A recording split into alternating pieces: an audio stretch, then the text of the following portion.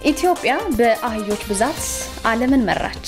በቦሌ አካባቢ የሚገኙ በርካታ ህንጻዎች ሊፈርሱ ነው። እናትና አባቱን የገደለው ታዳጊ ትራምፕን የመግደል እቅድ ነበረው አለ ኤፍቢአይ።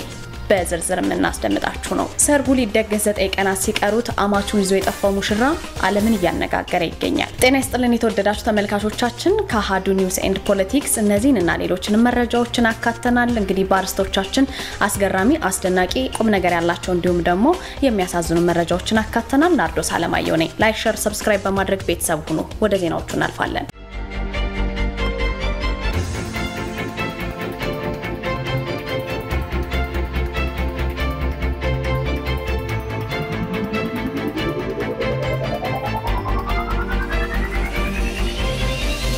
እንግዲህ በዓለም ላይ 50 ሚሊዮን አህዮች እንዳሉ የ2025 ሪፖርት ያመለክታል። በኢትዮጵያ ደግሞ 10 ሚሊዮን አህዮች እንደሚገኙ ተገልጿል።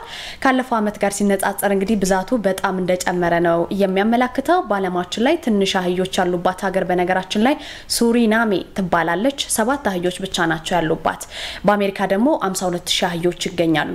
በሀገራችን በተለይ እንግዲህ እንደምታውቁት በገጠር አካባቢዎች ውሃ መቅዳት፣ እንጨት መልቀም፣ ገበያ መሄድ የመሳሰሉት እነዚህ ከባባር ተግባራት ትክሻን የሚሰብሩ ጀርባን የሚያጎብጡ ሸክሞች ናቸው እና በእንደዚህ አይነት በጣም ድካም የታጀቡ ናቸው። እነዚህን ትክሻ ሰባሪ ጀርባ የሚያጎብጡ ሸክሞችን ደግሞ በመካፈል ረገድ የሚሳተፉ ባለውለታዎች አህዮች ናቸው። እንደምታውቁት ለምን ከሰው ልጆች ጋር ያው ፍዳን አብረው ስለሚከፍሉ ማለት ነው። ይሄንን ማየታችን ያው አዲስ ነገር አይደለም። ታዲያ ለዚህ የዘመናት ባለውለታ የሚደረግለት እንክብካቤ ሲታይ ብዙ ያገለገለ ነገር ግን በቀላሉ ስለሚገኝ በቀላሉ አካባቢችን ላይ ስላለ ብቻ ውለታው ተዋልለት እንስሳ አህያ ነው። በዚህ መሰረት እንግዲህ ደረጃዎቹን ስነግራችሁ አንደኛ ኢትዮጵያ 10.6 ሚሊዮን አህያ አላት። ሁለተኛ ሰሜን ሱዳን ናት 7.6 ሚሊዮን አካባቢ። ሶስተኛ ፓኪስታን ነች 5.8 ሚሊዮን አካባቢ። አራተኛዋ ቻድ ናት 4.6 ሚሊዮን አካባቢ። አምስተኛዋ ደግሞ ሜክሲኮ ነች ወደ 3.3 ሚሊዮን አካባቢ ይገመታል። ከነዚህ 5 ሬቶች ወይም ደረጃዎች ውስጥ በአንደኝነት ደረጃ ላይ የተቀመጠችው ሀገራችን ኢትዮጵያ ናት በአህዮች ብዛት። ምንም እንኳን እንግዲህ አንድ አህያ መሸከም ያለበት የክብደቱን 1/3 እንደሆነ መስፈርት ቢቀመጥም ጥናት በሚያደርጉ አካላት ይሄንን መስፈርት ካለማወቅ ጀምሮ እንግዲህ በማወቅም ሊሆን ይችላል ባለማወቅ ከፍተኛ ጭነትን ይጫናሉ። ኢትዮጵያ ውስጥ ተጨቁነዋል ማለት ይቻላል አህዮችና አሁን ላይ ደግሞ በአንዳንድ ሀገራት የአህያ ስጋ ለገበያ እየቀረበ ከመሆኑ በተጨማሪ ከአህያ ቆዳ የሚሰሩ የተለያዩ ውበት መጠበቂያዎችም ተበራክተዋል። ከአህያ ወተት የሚሰራ ሳሙናን ጨምሮ ማለት ነው። ስለዚህ ከአህያ ቆዳ የሚሰሩት ምርቶች በአህዮች ላይ ከፍተኛ መመናመንን የሚያስከትል መሆኑም ተጠቅሷል። በነገራችን ላይ እንግዲህ የፊታችን ሚያዝያ 30 ዓለም አቀፍ የአህዮች ቀን ይከበራል። ይሄንን ወደ እናንተ ያደረስነው መረጃ ያገኘነው ከማህበራዊ ሚዲያ ነው።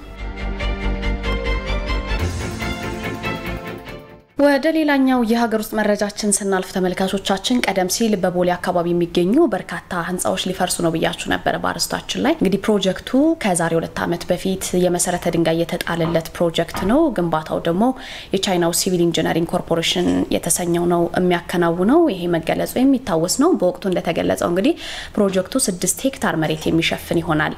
በተለይ ባሳለፍነው ሳምንት የከተማው ከንቲባ ጽፈት ቤት ተወካዮችና ሌሎችንም የቢሮ ኃላፊዎች ፕሮጀክቱ የሚገኝበት ቦታ በአካል ካሉ የመሬት ባለሀብቶች ጋር ውይይት አድርገው ነበረ። ቦታው በቂርቆስ ክፍለ ከተማ አካባቢ ወረዳ 1 ውስጥ የሚገኝ ነው። በአጠቃላይ 99000 ካሬ ሜትር ቦታ እንደሚሸፍን በውይይቱ ተገልጿል ማለት ነው። ይሄ ማለት በአካባቢው የሚገኙ ቢያንስ 31 የሚሆኑ ህንጻዎችን የሚነካ እንደሆነ ፎርቹን ያወጣው መረጃ ያመለክታል ማለት ነው። እናትና አባቱን የገደለው ታዳጊ ትራምፕን የመግደል እቅድ እንደነበረው ኤፍቢአይ አስታውቋል። እናትና አባቱን የገደለው ሁለተኛ ደረጃ ተማሪ ያለ ነበር ይሄ ልጅ። ኤፍቢአይ ደግሞ የአሜሪካው ፕሬዝዳንት ትራምፕን የመግደል እቅድ ነበረው ሲል አስታውቋል ማለት ነው። የ17 ዓመት ልጅ ነው ይሄ ልጅ። የ35 ዓመት እናቱንና የ51 ዓመት የእንጀራ አባቱን በመግደል ክስ ነው የቀረበበት። እናትና አባቱ በአውሮፓውያኑ የካቲት 28 ነው ቤታቸው ውስጥ ተገድለው የተገኙት። መረጃዎች እንደሚያመለክቱት ታዳጊው ለሁለት ሳምንታት እንግዲህ ትምህርት ቤት አለመምጣቱን ተከትሎ ፖሊስ ወደ ቤተሰቦቹ መኖሪያ ቤት አቀና። በዚህ ወቅት እንግዲህ እናትና አባት ተገድለው ተገኙ ማለት ነው። የሁለቱ ግለሰቦች ሬሳ ደግሞ በተገኘበት በዛው ቀን ታዳጊው መኪና እየነዳ እየተዝናና በፖሊስ እንዲቆም ተደረገ። መኪና ውስጥ የእንጀራ አባቱ ይዘው የነበረው ሽጉጥ፣ የጥንዶቹ ንብረት የሆኑ ክሬዲት ካርዶች፣ ጌጣጌጦች እንዲሁም ደግሞ መጽሐፍ ቅዱስ ውስጥ $14,000 ተገኝቷል። በዚህ ታዳጊ ፖሊስ አደረኩት ባለው ምርመራ ተጠርጣሪው እንግዲህ እናትና የእንጀራ አባቱን የገደለው ያሰበውን ለማሳካት የገንዘብ አቅም እንዲኖረው ሳይሆን አይቀርም ይላል የመርማሮቹ ሪፖርት እንደሚያሳየው። ከዛ ደግሞ የፍርድ ቤት መዛግብት እንደሚያሳዩት ደግሞ ታዳጊው እናትና አባቱን ለመግደል ሩሲያ ከሚገኙ ሰዎች ጋር ሲያሴር ነበረ። ደግሞ ባለስልጣናት ተጠርጣሪው ጥቃት ለማድረስ ለድሮና ለፈንጂ መግዣ ሳይቀር ከፍሎ ከጥቃቱ በኋላ ወደ ዩክሬን ሁሉ ለመጥፋት እቅድ እንደነበረው ተናግረዋል።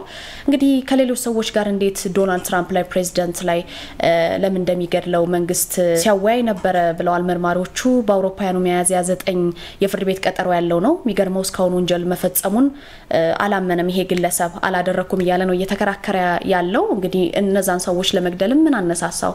እናቱን ለመግደል እንጀራ አባቱን ለመግደል ምን አነሳሳው? በዛ ላይ በጣም ቲኔጀር ህፃን ልጅ ነው የሚሉ በጣም አጠራጣሪ የሆኑ መረጃዎች እየወጡ ይገኛሉ። በአሁኑ ሰዓት እንግዲህ $1 ሚሊዮን ዋስ ተጦርቶበታል ይሄ ታዳጊ ወጣት። መረጃውን ያገኘነው ከቢቢሲ ነው። ሰርጉ ሊደገስ 9 ቀናት ሲቀር አማቹን ይዞ የጠፋው ሙሽራ እያነጋገረ ይገኛል። ሙሽራ የቀረ የሚለው ሙዚቃ ነው እንግዲህ። ለማንኛውም ለህንዶች ሰርግ እንደ ትልቅ የፋሽን ትርኢት ነው። እንደሚታወቀው በጣም ዲኮር የበዛበት በጣም የሚያምር ብዙ ዲኮሬሽን የበዛበት ነው የህንዶች ሰርግ። አማቹን ይዟት የጠፋው ወጣት የ20 ዓመት ወጣት ነው። ሙሽራው ሰርጉ ሊደገስ ሳምንት ሲቀረው ሊያገባት የነበረችውን ሙሽሪት እናት ይዞ ነው የጠፋው። የ40 ዓመት ሴት ናት ይችናት አማቹ ማለት ነው። የበርካቶቹን ትኩረት የሳበ ጉዳይ ነው። ህንድ ውስጥ እንግዲህ ነዋሪ ጥንዶች ናቸው። ግንኙነታቸው ወደ ትዳር ለማሳደግ በመጪው ረቡዕ ሰርግ ሊደግሱ ቆርጠው ነበር። ሽርጉድ እየተባለ ነበር። ብዙ ዲኮሮች የተገዙ ነበር። በዚህ መሰረት እንግዲህ ወዳጅ ዘመድ በደስታቸው ቀን ይገኝ ዘንድ የጥሪ ካርድ ሁሉ ተበትኗል። ኑ በዚህ ቀን ተብሎ ተበትኗል። የሁለቱ የፍቅረኛሞች ሰርግ ተጋባዦችም ይዘውት የሚሄዱትን ስጦታ ማዘጋጀት ጀምረው ነበር። ነገር ግን በጉጉት የሚጠበቀው ቀን ሊሆን 9 ቀን ሲቀሩት በርካቶችን ያስደነገጠ ነገር ተፈጠረ። ምንድነው? የ20 ዓመት ወጣት ሙሽራ የውሃ ሽታ ሆኖ ቀረ። ሙሽሪት ደግሞ ሙሽራዬ ቀረ እያለች በጣም ተጨነቀች። የት ሄደ ብላ ነበር ማለት እናቴን ይዞ ይጣፋል ብላ አላሰበችም። ይታሰበም ይችል አይደለም እና እዚያ ያየውት የሚል ሰው ጠፋ ማለት ነው። ነገር ግን ሙሽራው ለብቻው አልነበረም የጠፋው ከአማቱ ጋር ነው አብረው የጠፉት። ነገሩ በዚህ አበቃ አልነበረም። በጣም የሚያስገርም ነው። ነገሮቹ ሲጣሩ ወጣቱ ለአዲሱ ጎጆ መቀለሻ ሲባል ከፍቅረኛው ጋር በመሆን ያጠራቀሙት ገንዘብ ነበር ከዚህ በፊትና የሙሽሪት እናት ደግሞ ከባላቸው ጋር በመሆን ሲቆጥቡት የነበረ ትንሽ ጠርቀም ያለ የተሰበሰበ ገንዘብ ነበር። ያንን ገንዘብ ነው ይዘው የጠፉት ከልጃቸው ሚስት ጋር። ታዲያ ሙሽራው ለመጨረሻ ጊዜ ቤተሰቦችን ያገኛቸው መቼ ነው? ኤፕሪል 6 ቀን ነበር። ከቤት ሲወጣም ያው ለሰርግ የሚሆኑ አልባሳትን ገዝቼ ልምጣ ልሸምት ብሎ ነበር የጠፋው። ነገር ግን ለአባቱ በመደወል ከከተማ እየወጣ እንደሆነና እሱን በመፈለግ ደግሞ ጊዜያቸውን እንዳያባክኑ ጊዜያቸውን አታባክኑኒ ከከተማ ውጭ ነኝ ብሎ ነው የደወለላቸው። የሙሽሪት እናትም ታዲያ በተመሳሳይ ቀን ነበር ለባለቤታቸው ምንም መልእክት ሳያስቀምጡ ከቤት ወጥተው የቀሩት። እዚህ ቦታ ሄድኩኝ እንኳን አላሉ ምሳቸውና በጉዳዩ ላይ አስተያየት የሰጠችው ሙሽሪት ደግሞ ፍቅረኛዬና እናቴ ለየት ያለ ግንኙነት እንደነበራቸው ጠረጥር ነበር። ላገባው ነበር ወደው ነበር። ግን ይህ ከመሆኑ በፊት ከናቴ ጋር ተያይዘው ጠፉ። ሰርጌ ውሃ በላው ስትል ተደምጣለች። ባሌና እናቴ ላለፉት 3 እና 4 ወራትም ለረጅም ሰዓታት በስልክ ያወሩ ነበር። የማይቋረጥ ስልክ ያወሩ ነበር። በመጨረሻም እናቴ ያለንን ሁሉ ገንዘብ ይዛብን ሄዳለች። ልቤን ሰብረዋለች። ከዚህ በኋላ የፈለገችው ማድረግ ብትችል ካሳ እንኳን ብትከፍለኝ ምንም አይነት ነገር ሊመልሰኛ አይችልም። ዝምድናችን ተበጥሷል ብላ ነበር። ነገር ግን ከኛ የወሰደችውን ጌጣጌጥና ገንዘብ እንዲመለስልን ግን እንፈልጋለን። ገንዘባችን ግን እንዲበላ አንፈልግም። ዝምድናችን አንዴ ተቋርጧልና ነው ባስተላለፈችው መልእክት ያለችውና ብዙዎቹ እንግዲህ የነዚህን የሁለት የአማቾች ባንድ ላይ ተመሳጥሮ መጥፋት ብዙዎችን ያነጋገረ ጉዳይ ነበር። ለማንኛውም ከማህበራዊ ሚዲያ ያገኘነው እናንተ ፈቀቅ ያስብላን ብለን ያገኘነው መረጃ ነበር። ውድ ውድ አሃዱ ቤተሰቦቻችን ከኔ ጋር የነበረን ቆይታ ይሄን ይመስል ነበር። ወደ እናንተ መረጃዎችን ያደረስኩ ናርዶስ አለማየሁ ቆየሁኝ። አሁን ደግሞ የጤና ባለሙያዎች ጥያቄ በቸልታ መታለፉ አግባብነት የለውም ሲል የኢትዮጵያ የጤና ባለሙያዎች ማህበር ስለመግለጹ፣ በትግራይ ክልል መቀሌ ከተማ ያሉ 15 ማደያዎች ነዳጅ የላቸውም ስለመባሉ፣ በአማራ ክልል የሚደረገው የአጀንዳ ማሰባሰብ መርሃ ግብር እንደሚቀጥል የኢትዮጵያ ሀገራዊ ምክክር ኮሚሽን ስለማስተዋወቁ፣ እንዲሁም ሌሎች ሀገራዊና ዓለም አቀፋዊ መረጃዎችን ባልደረባችን ሃይማኖት የተሻ ሰብሰብ አድርጋ ተጠብቃችኋለች። ወደ እሷ ወስዳችኋለሁ። በያላችሁበት ሰላም ለእናንተ ይሁን። ውድ አሃዱ ቤተሰቦች ሃይማኖት የተሻነኝ። የትንሳኤ በዓል ምክንያት በማድረግ የኢንዱስትሪ ምርቶችን ጨምሮ በቂ ዝግጅት መደረጉ ተገልጿል። ለትንሳኤ በዓል ከ95000 ኩንታል በላይ የእህል ምርቶችና ከ1.4 ሚሊዮን በላይ እንቁላልን ጨምሮ 2.3 ሚሊዮን ሊትር የምግብ ዘይት እንደሚቀርብም ተገልጿል። ይህም የግብርና የእንስሳት ተዋጽኦ እንዲሁም የኢንዱስትሪ ምርቶች ያለምንም እጥረት እንዲቀርቡ ለማድረግ በቂ ዝግጅት መደረጉን የኢትዮጵያ ህብረት ስራ ኮሚሽን አስታውቋል። በተለያዩ ክልሎች የሚገኙ 180 የሚጠጉ የህብረት ስራ ማህበራት ለበዓል የሚሆኑ ምርቶቻቸውን ለማቅረብ የሚያስችል ስራዎችን እየሰሩ እንደሚገኝም ለአሃዱ የገለጹት የኮሚሽኑ ህብረት ስራ ግብይት መሪ ስራ አስፈጻሚ አቶ ነጋቱ ቶላ ናቸው። በዚህ መሰረት ለትንሳኤ በዓል ጤፍ፣ ስንዴ፣ በቆሎና ሩዝን ጨምሮ ከ95000 ኩንታል በላይ የሚሆኑ የእህል ምርቶች ለና ከ45000 በላይ ደግሞ የስንዴና የበቆሎ ዱቄት እንደሚቀርብም ተናግረዋል። ከ337000 ኩንታል በላይ የወተትና የወተት ተዋጽኦ እንዲሁም ከ1.4 ሚሊዮን በላይ እንቁላልና 2.3 ሚሊዮን ሊትር የሚጠጋ የምግብ ዘይት እንደሚቀርብም አንስተዋል። በተጨማሪም ከ32000 በላይ በግ፣ ፍየልና ዶሮ የመሳሰሉ እንስሳቶች ለሽያጭ የሚቀርቡ ሲሆን ከ12000 ኩንታል በላይ ደግሞ አትክልትና ፍራፍሬ መዘጋጀቱን የህብረት ስራ ግብይት መሪ ስራ አስፈጻሚው ተናግረዋል። ከ180 ህብረት ስራ ማህበራት ውስጥም በአዲስ አበባ ብቻ 154 የሚደርሱ በሸማች መሰረታዊ ህብረት ስራ ማህበራት ያላቸውን የግብርናና የኢንዱስትሪ ምርቶች በተለየ መንገድ ያቀርባሉም ብለዋል። ክልሎች ላይም ሁለገብ የህብረት ስራ ማህበራት በመሸጫ ሱቆቻቸው በሰንበት ገበያዎች እንዲሁም በሚያዘጋጁ ኤግዚቢሽኖችና ባዛሮች ላይ ከንግድ ቢሮዎች ጋር በመቀናጀት ምርቶቻቸውን እንደሚያቀርቡም ገልጸዋል። በመሆኑም ትንሳኤ በዓልን አስመልክቶ በአሁን ሰዓት በሰፊው እንቅስቃሴ እያደረጉ የሚገኙ ክልሎች ስለመኖራቸውም ተገልጿል። ኢትዮጵያ ያላትን የተፈጥሮ ሀብትና ወጣት ኃይል መጠቀም ከቻለች ኢኮኖሚያው ላይ ለውጥ የማሳየት ተስፋ እንዳላት ተገልጿል። አሃዱ የዛሬዋን የህማማት የመጀመሪያ ቀን የተስፋ ቀን ብሎ የሰየመ ሲሆን ለመሆኑ የኢትዮጵያ ኢኮኖሚ እድገት ተስፋ እስከምን ድረስ ነው ሲል የዘርፉ ባለሙያዎችን ጠይቋል። ኢትዮጵያ አሁንም ድረስ በተለያዩ አካባቢዎች ያላትን እምቅ የተፈጥሮ ሀብትና በርካታ ቁጥር ያለውን ወጣት በአግባቡ መጠቀም ከቻለች ኢኮኖሚያ እንዲነቃቃ በማድረግ የማደግ ተስፋ እንዳላት አሃዱ ያነጋገራቸው የምጣኔ ሀብት ባለሙያዎች ገልጸዋል። የዘውድ ስርዓቱ አብቅቶ ወታደራዊ መንግስት ወደ ስልጣን በመጣበት ወቅት ኢኮኖሚው ላይ በርካታ ስራዎች መሰራታቸውን ያስታወሱት የምጣኔ ሀብት ባለሙያው ዶክተር ቆስጠንጢኖስ በረሀ ተስፋ ከፍተኛ ደረጃ ሲያደርግ እንደነበረም አስታውሰዋል። አሁን ላይም በኢትዮጵያ ኢኮኖሚ በኩል በየጊዜው የተለያዩ ለውጦች እየተደረጉ ስራዎች የሚሰሩበት አግባብ መኖሩን በመጥቀስ በከፍተኛ ደረጃ የሀገርን እድገት እየጎዳ ያለው ነገር ግን የሰላም እጦት ነው ብለዋል። የሙስና መስፋፋት፣ ህገወጥ ንግዶችና የገንዘብ ዝውውሮች መበራከት ኢኮኖሚውን ለማሳደግ ትልቅ ተግዳሮት እንደሆነም አንስተዋል። በከፍተኛ ደረጃ ሀገራችን አሁን እየጎዳት ያለው አንዱ የሰላም ማጣት ጉዳይ ነው። ህዝቡ የሚሰራበት ሁኔታ ከሌለ፣ የሚያመርትበት ሁኔታ ከሌለ፣ አምራች ወረዳዎች አሁን የሚያመርቱትን የሚያቆሙ ከሆነ የዋጋ ግሽበቱን ከፍተኛ አስተዋጽኦ ያለው እሱ ነው። ሙስና በጣም በተንሰራፋበት ሁኔታ ኢኮኖሚውን ማሳደግ ትልቅ ተግዳሮት ነው። ህገወጥ የሆነ የገንዘብ ዝውውሮችን እና የንግድ ሁኔታዎችን በተለይ ይሄ ኮንትሮባንድ የሚባለው በተለምዶ እና ከሀገር ደግሞ በካፒታል ፍላይት የሚባለው በርከት ያለ ገንዘብ የወጣ እንደሆነ ብዙ ሪፖርቶች ያሳያሉ። እነዚህን መገዳደር በጣም ከፍተኛ ስራ ነው ብዬ ነው የማስበው።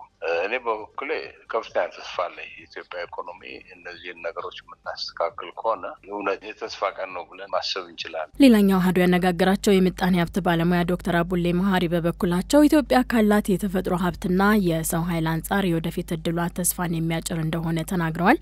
ስለሆነም የሀገሪቱ ኢኮኖሚ በግብርና ላይ የተመሰረተና ምርቱን ለማምረት የሚያስችል አቀማመጥ ያለው እንደመሆኑ መጠን ግብርናውን በማዘመን ወደ ውጭ የሚላከውን ምርት በአይነትና በመጠን ማስፋት እንደሚያስፈልግም ገልጸዋል። አሁን ላይ በቱሪዝሙ ዘርፍ በኩል የዓለም አቀፍ ጥምረቶችና ጉባኤዎች ወደ ኢትዮጵያ እየመጡ መሆናቸው የተሻለ ገበያን ለመፍጠር የሚያስችሉ ተስፋዎች ናቸው ብለዋል።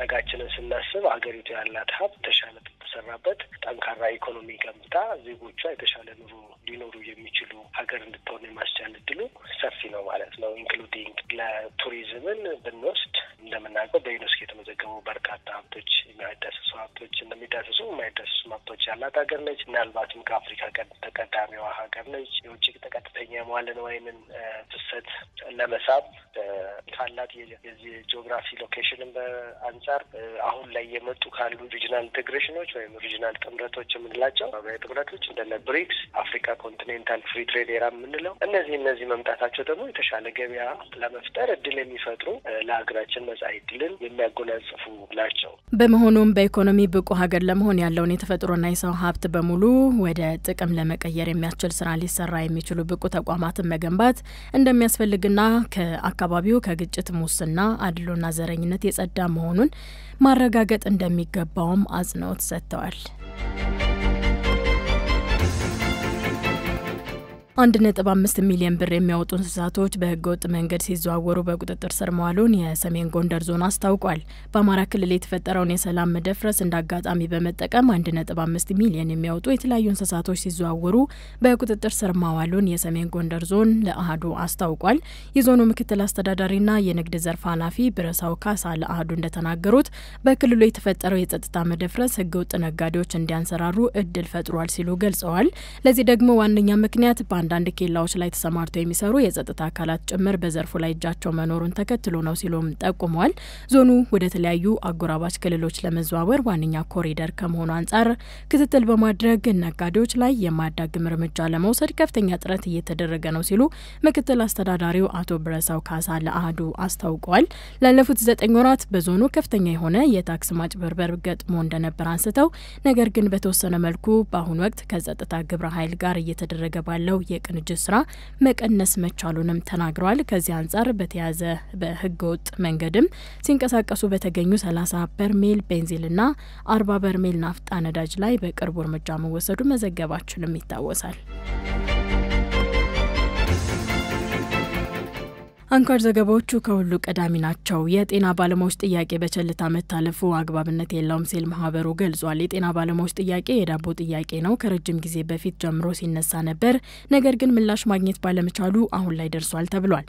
ከሰሞኑ የጤና ባለሙያዎች በተለያዩ የማህበራዊ መገናኛ አውታሮች እስከዛሬ ህይወት ስናደን ቆይተናል፣ አሁን ግን እኛ ልንድል ይገባናል ሲሉ ንቅናቄ መጀመራቸውም ይታወቃል። አሃዱም የኢትዮጵያ የጤና ባለሙያዎች ማህበርን ጥያቄው የቆየ በመሆኑ ምላሽ ማግኘት አልተቻለም ወይ የጤና ባለሙያዎቹን በዚህ ደረጃ ላይ ያደረሳቸውስ ምንድነው ሲል የማህበሩ መስራች ዋና ስራ አስኪያጅ ዶክተር ዮናታን ዳኛውን አነጋግሯል።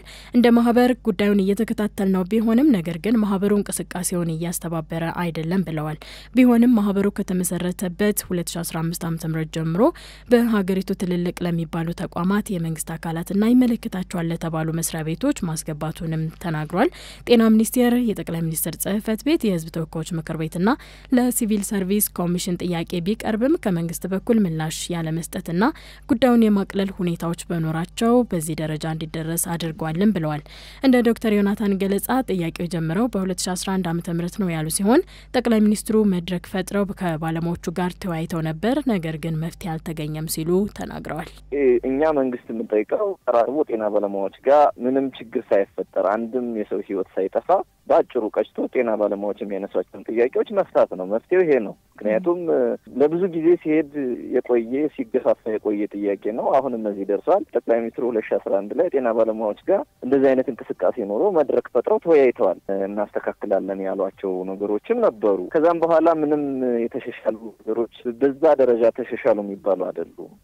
አንድ ባለሙያ አንድ ሀገሪቱ በጣም ብዙ ኢንቨስት አድርጋ ዛ ደረጃ ያደረሰችውን ጤና ባለሙያ ማጣት የሚጎዳው ማህበረሰብን ነው፣ ህዝብን ነው፣ አገርን ነው። ስለዚህ ምንም ይሁን ምን ጤና ባለሙያዎች የፖለቲካ አጀንዳ የላቸውም። አሁንም ምነግርሽ ጤና ባለሙያዎች አሁንም የሚያነሱት የዳቦ ጥያቄ ነው። ሰዎች አሁንም የተለያየ አቅጣጫ የተለያየ ስም ሊሰጡት ይችላሉ። በፍጹም አይደለም። ጤና ባለሙያዎች አሁንም ጥያቄያቸው ዳቦ ነው።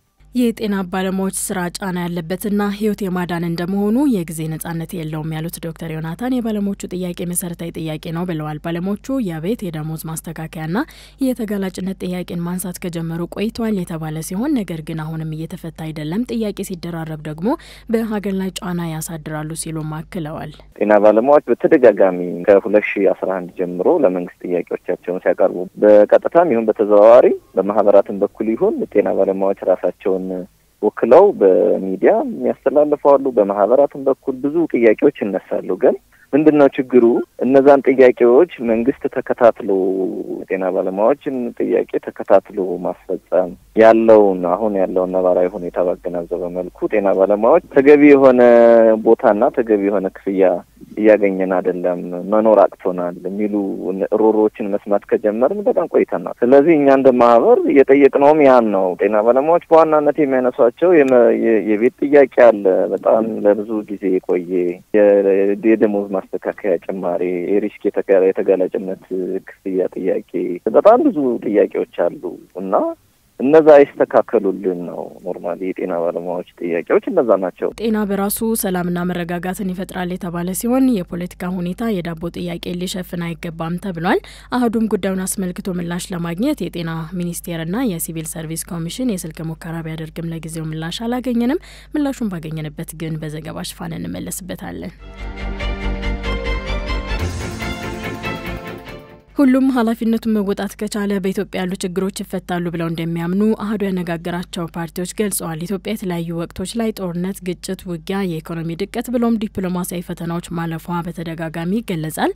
አህዱም የሰሙነ ሕማማት ሳምንት መግባቱን አስመልክቶ ለተሰኘው የዛሬዋን ቀን የተስፋ ቀን ሲል በመሰየም ለኢትዮጵያ የፖለቲካው ዘርፍ ምን ተስፋ ታደርጋላችሁ ሲል ፓርቲዎችን ጠይቋል።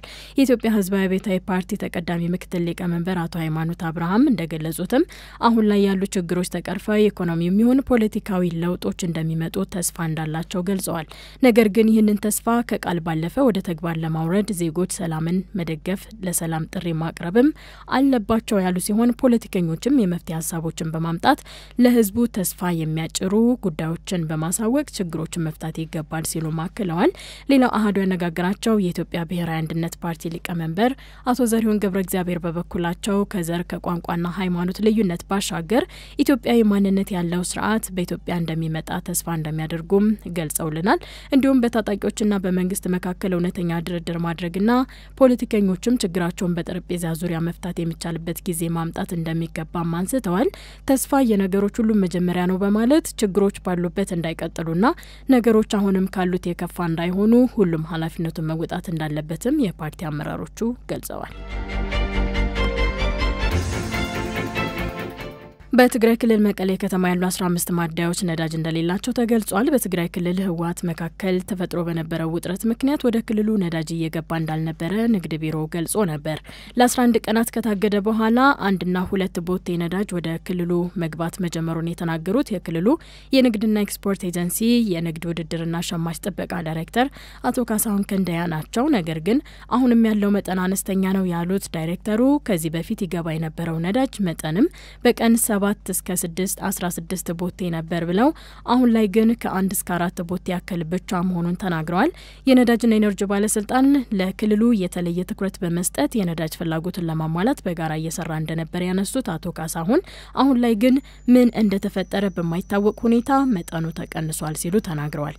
በክልሉ ስራ ላይ ካሉት 68 ማደያዎችም 3ና 4 ያክሉ ብቻ ናቸው ነዳጅ የሚገኝባቸው ብለው በመቀለ ከተማ ካሉት 15 ማደያዎች ውስጥ አንዱም ነዳጅ የለውም ሲሉ ነው የነገሩን። ጥቁር ገበያ መንስኤው እጥረት ሲያጋጥም ከሌላ ቦታም ነጋዴው ወጥቶ እንደምን ብሎ ህገወጥ በሆነ መልኩ ሊያመጣ የሚፈልግ ሰው ይኖራል። አፋርም ሊያመጣው ይችላል፣ ከአማራ ክልልም ሊያመጣው ይችላል። በዛ ላይ እኛም እኮ ስናሳድድ ከሚገርምሽ አሁን ጥያቄ ላይ የቀረበልን እያሳደድን እየወረስን እየነጠቅን ስንውል ህብረተሰቡ ጥያቄ ያቀረበልን ኦኬ ኤዘር ሌጋሊ አቅርቡልን ነዳጅ የለም ከምትሉን ለምን ከማርስ ለምን አይመጣም ነዳጅ እናድርገናል እና መስኖውን ይቃጥል እያላችሁ ነው፣ ልማቱ እንደዚህ ይሁን እያላችሁ ነው ወይ ምንድነው እናንተ ብሎ መሀል ላይ ነው የምትቀረቀረው። ባዲያው በትክክል እየሸጠ እንደሆነ በመረጃ ነው የምንይዘው አሁን እኛ በመረጃ ምክንያቱም በጣም ትንሽ ስለሆነ በዝርዝር እንደማንኛውም ነፃ እኮ አይደለም አሁን ያለው ባዲያው። አድዋ ላይ 6 ማዲያዎች አሉ። ማዲያ ባለፈው ጨርሶ መሰለኝ አንድ ማዲያ ብቻ ነበር። ሽሬ ላይ 4 ማዲያዎች 4ቱ አንዱ አሁን ገብቶለታል መሰለኝ።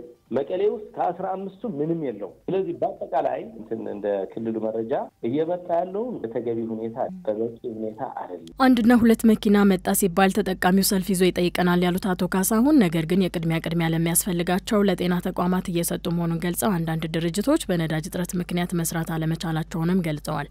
በተጨማሪም በመስኖ የሚሰሩ አርሶ አደሮች የሰብአዊ መብት ተቋማት የትራንስፖርት ዘርፉ ላይም የተሰማሩ ባለድርሻ አካላቶች ችግር ውስጥ በመሆናቸው የሚያቀርቡት ጥያቄ ለንግድ ቢሮ በመሆኑ ምላሽ አተናል ሲሉም ነው የችግሩን አሳሳቢነት የገለጹት። ህገወጥ የነዳጅ ስርጭትን መቆጣጠር ላይ የተሰራው ስራ ምን ያክል ነው ብሎ ዳይሬክተሩን የጠየቀው አሃዱ በጥቁር ገበያ የሚሸጠው ነዳጅ ከአጎራባች ክልሎች ሊመጣ የሚችል ነው ተብሎ ይገመታል። ነገር ግን ገበያውን ለመቆጣጠር ሲሞከር መደበኛው ማስገባት ካልቻላችሁ ከየትም ያምጡት እኛ እንገዛለን የሚል ግብረ መልስ ከማህበረሰቡ እየደረሰ እንደሆነ ተናግረዋል። ምን እንደሆነ ግን ልናውቅ አልቻለም። ምን እንደሆነ ካምፓኒዎች ስንጠይቃቸው በቃ ገደብ አለብን ወደ ትግራይ የምንጭነው ገደብ አለብን አይነት ነገር ይናገራሉ። ዝም ብሎ ምክንያት ግን የሚቀርበው ሁሉም ቦታ ነው እየተጫነ አይደለም የሚለው ነገር በብዛት እንደዛ ነው። ቅርብ ያለው ኃላፊዎች እንደዛ ነው የሚሉት። ከተማ ሙሉ እኮ ነው ነዳጅ የሌለው። እኛ ጋር 5 ማደያ ያለበት ከተማ 5ም ደርቆ በቃ ከተባለ ደግሞ አንድ መኪና ሲመጣ አስቢው ያለውን የሰው ፍላጎቱ ተሰብስቦ ነው የሚጠብቀው። ተሰብስቦ በመስኖ የሚለማ እንትን አርሶ አደሮች ያቸው ትራንስፖርት ይሁን ሰዋዊ ድጋፍ የሚያደርጉ የግል ተቋማት ሁሉንም ነገር ነው የሚፈልገው። አንድ መኪና ዛሬ ከመጣች ስለዚህ በአንድ ቀን የመጣችው አንድ ቀን ነው የምታረው፣ በሁለት ቀን ነው ቆይሽ፣ 2 ቀን ነው። እስኪ ለነዚህ እንኳን ጠብቃቸው ለመድኃኒት ለምናምን ይሆን እንዲህ ያን ከህብረተሰቡ እየተጋጨን ምን አይነት እንትን መኪና ገዝተን መኪና ማንጠቀምበት ከሆነ ስራ ከፍተን ሰራተኞቻችን እንደዚህ እና በጣም ብዙ ችግር ነው ያለው። ከዚህ በፊት በክልሉ ስም የመጡ ነገር ግን ክልሉ ላይ ያልደረሱ 5 የነዳጅ ቦቴዎችን ጉዳይ ለባለስልጣን መስሪያ ቤቱ ማመልከታቸውን የተናገሩት አቶ ካሳሁን አሁንም ቢሆን ህገወጥ የሆኑ ጉዳዮች ላይ በጋራ እንደሚሰሩና ባለስልጣን መስሪያ ቤቱ ቦታው ላይ ቅኝት አድርጎ የችግሩን አሳሳቢነት በሚመለከት ሲሉም ጥሪ አቅርበዋል። አሁንም ጉዳዩን ለመጠየቅ የነዳጅና ኢነርጂ ባለስልጣንና የነዳጅ አቅራቢ ድርጅትን ለማነጋገር ሙከራ አድርጎ ነበር ግን አልተሳካም። ባለስልጣን መስሪያ ቤቱ ግን ከዚህ በፊት ወደ ክልሉ የሚገባው የነዳጅ መጠን በተለያዩ ምክንያቶች ሊቀንስ ይችላል ማለቱ የሚታወስ ነው። 320 የሚደርሱ ሰላማዊ ሰዎች በሱዳን ፈጥኖ ደራሽ ኃይሎች መገደላቸው ተገልጿል። በሱዳን አልፋሽር ከተማ ታጣቂ ኃይሉ በፈጸመው ጥቃት ነው 320 የሚደርሱ ሰላማዊ ሰዎች መገደላቸውን የሱዳን ኮሚቴ ያስታወቀው። ታጣቂ ኃይሉ በሰሜን ዳርፉር የሚገኝ ሲቪል መኖሪያ አካባቢዎችን ከቦ በቦምብ እያወደመ ነው ሲል በኤልፋሽር ከተማ የተፈናቃዮችን ሁኔታ የሚከታተለው የሱዳን ኮሚቴ ክስ አቅርቧል። በካምፕ ውስጥ ያሉ ሁሉም የሕክምና ባለሙያዎችና በጎን ፈቃደኞች ተገድለዋል ያለው ኮሚቴው በሕክምና ጡትና የነፍስ አድን ቡድን ባለመኖሩ ምክንያት የተጎዱ ሰዎች አደጋ ላይ ናቸው ሲልም አስጠንቅቋል። በዚህ የተነሳም የሟቾች ቁጥር ሊያሻቅብ እንደሚችል ስጋቱን ገልጿል። የአናዶሉ ዘገባ እንዳስነበበን የአልሸባብ አማጺ ቡድንን ለመዋጋት ቱርክ ከፍተኛ ድጋፍ እያደረገች ነው ሲል የሶማሊያ መንግስት አመስግኗል። በተለያዩ የሶማሊያ ግዛቶች ከፍተኛ ጥቃት ከፍቶ የሚገኘውን ከአልቃይዳ ጋር ግንኙነት ያለውን የአልሸባብ የሽብር ቡድን በመዋጋቱ ረገድ ቱርክ ከፍተኛ ድጋፍ እያደረገች ነው ሲሉ የሶማሊያ መንግስት ሐሰን ሼህ መሐመድ አስታውቀዋል። እንደሳቸው ገለጻ የሶማሊያ ዋና ጉዳይ ረሃብ ሳይሆን ሽብርተኝነት ነው ሲሉ አብራርተው በስልጠና በቴክኖሎጂና ለጸጥታ ኃይሎች የምክር ድጋፍ በመስጠት ቱርክ ትልቅ ድጋፍ በማድረግ ላይ ትገኛለች ሲሉ አድንቀዋል። ሶማሊያ በዓለም አቀፍ ደረጃ ማግኘት የሚገባትን ደረጃ ላይ ለመድረስም ጥረት እያደረገች ነው ያሉት ፕሬዝዳንቱ በሌላ በኩል ደግሞ እንደ አልሸባብና አይኤስ ያሉ አሸባሪ ድርጅቶችን በንቃት እየተዋጋች ነው ብለዋል። ከ2 አስርት ዓመታት በላይ የኢትዮጵያ ጦርን ጨምሮ በርካታ የአፍሪካ የሰላም አስከባሪ ኃይሎች የሽብር ቡድኑን ለማጥፋት ጦራቸውን አሰማርተው እንደነበር ይታወቃል። ሮይተርስ እንዳስነበበን አርሜኒያ ህገ መንግስታዊ ለውጥ እንድታደርግ ስትል አዘርባይጃን አሳስባለች። የአዘርባይጃን የውጭ ጉዳይ ሚኒስትር በደቡብ ካውካሰስ ሰላምን ለማስፈን ከተፈለገ አርሜኒያ የህገ መንግስታዊ ማሻሻያ ማድረግ አለባት ሲል አሳስቧል። ሀገሪቱ ህገ መንግስቷን ካላሻሻለች በስተቀር ከአርሜኒያ ጋር የሰላም ስምምነት መፈረም የማይቻል ነው ሲል የአዘርባይጃን የውጭ ጉዳይ ሚኒስቴር አቋሙን አስታውቋል። መፍትሄ የሚገባቸው ወሳኝ ሁኔታዎች አሉ ሲል የገለጸው መስሪያ ቤቱ በጣም አስፈላጊው አርሜኒያ በአዘርባይጃን የግዛት አንድነት ስምምነት ላይ ያቀረበችውን ህገ መንግስታዊ የይገባኛል ጥያቄ ማቆም ነው ብሏል። ዘገባው የአልጀዚራ ነው። ኢራንና አሜሪካ የኒውክሌር ድርድር ለማድረግ ስምምነት ላይ መድረሳቸውን አስታውቋል። ሁለቱ ተገዳዳሪ ኃይሎች በኦማን ባህረ ሰላጤ ላይ በመገናኘት ንግግር ያደረጉ ሲሆን በኒውክሌር መርሃ ግብር ላይ ዳግም ለመደራደር ቁርጠኛ መሆኑን አስታውቋል። ኢራንና አሜሪካ በቴህራን የኒውክሌር መርሃ ግብርና የአሜሪካ ማዕቀብ ማቃለል በሚቻልበት ሁኔታ ላይ ያተኮረ ውይይት ማድረጋቸው ለረጅም ዓመታት የሻከረውን የዲፕሎማሲያዊ ውጥረት ያረግባል ተብሎ ተስፋም ተጥሎበታል። ለ2 ሰዓት ተኩል የፈጀው ይህ ውይይት የኢራን ውጭ ጉዳይ ሚኒስትር ሰይድ አባስ አራግጂ እንዲሁም በመካከለኛው ምስራቅ የዋይት ሀውስ ልዩ መልእክተኛ ስቲቭ ዊትኮፍ በተመራ ልዑክ መሆኑም ታውቋል። የኢራን ውጭ ጉዳይ ሚኒስትር በሰጡት መግለጫ የመጀመሪያውን ዙር ድርድር ገንቢና አክብሮት የተሞላበት ሁኔታ ነው ሲሉ ገልጸውታል። ሁለተኛው ውይይት ደግሞ በሚቀጥለው ሳምንት ይደረጋል ተብሎ ከወዲሁ ቀጠሮ ተይዞለታል። የ2024ቱን የአሜሪካ ምርጫ በከፍተኛ ድምጽ በማግኘት ወደ ነጩ ቤተ መንግስት የገቡት ፕሬዚዳንት ትራምፕ አስተዳደራቸው ከጦርነት ይልቅ ንግግርን ምርጫው ያደረገ ይመስላልም እየተባለላቸው ነው። ዘገባው የአርቲ ኒውስ ነው።